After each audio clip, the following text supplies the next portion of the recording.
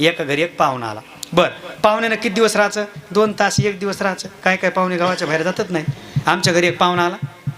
मी चहा प्याचा काय, पाणी प्याचं काय? मला चहाच्या अगोदर पाणी प्यावं लागेल ना. आम्हाला चहा प्याचा काय, मला पोहे करायला उशीर होईल ना.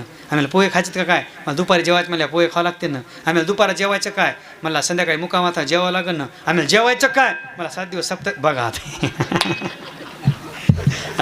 इंगळे महाराज, इंगळे दादा आपले उदाहरण सांगायचे. एका घरी एक पाहुणा आला कैला दाजी, आणि 6 महिने थांबला ना. नवरा बायको कामाला, ते 6 महिने थांबला. 32,000 दुकानाची उधारीच केली. मालक म्हणले, ते मामाला सांगायला जाते, म्हणजे माझा मामा नाही तुमचाच आहे. म्हणजे दोघाचा नाही. म्हणजे मामा कोणाचे आहेत? म्हणजे एका पिपरीचाच मामा आम्ही शाबास. आम्ही जायचं नाही. म्हणजे मस्त इथं खाला चांगलं कशावर जायचं. महाराज मामा काय झाला तयार नाही. त्यावेळेस मालकानं सांगितलं, मामाला काढून दिल्याशिवाय पर्याय नाही. काय काय, तो संध्याकाळी जेवायला कर, भाजीमध्ये मीठ नको टाकू. मी तुला सांगतो मीठ का टाकलं नाही, तुम्हाला आरोतुरं बोल. मी तुला लाकूड घेऊन पाठी मारा लागतो, तो पनगा खाली लपून बस, मी मारायची ॲक्टिंग करतो, तो रडण्याची. म्हणजे काय हरकत नाही. हां, भाजीत मी नाही, मीठ का टाकलं नाही, म्हणजे डोळे नाहीत का? महाराज लाकूड घेतलं, पत्नी जेव्हा पत्नीने पनगा खाली लपून बसली, हे मारण्याची ॲक्टिंग करायली, ती रडण्याची. मामाला वाटलं लईच मारायला, मामाला जावाय सोडा, मामाच्या पाठीत एक, मामा घराच्या बाहेर.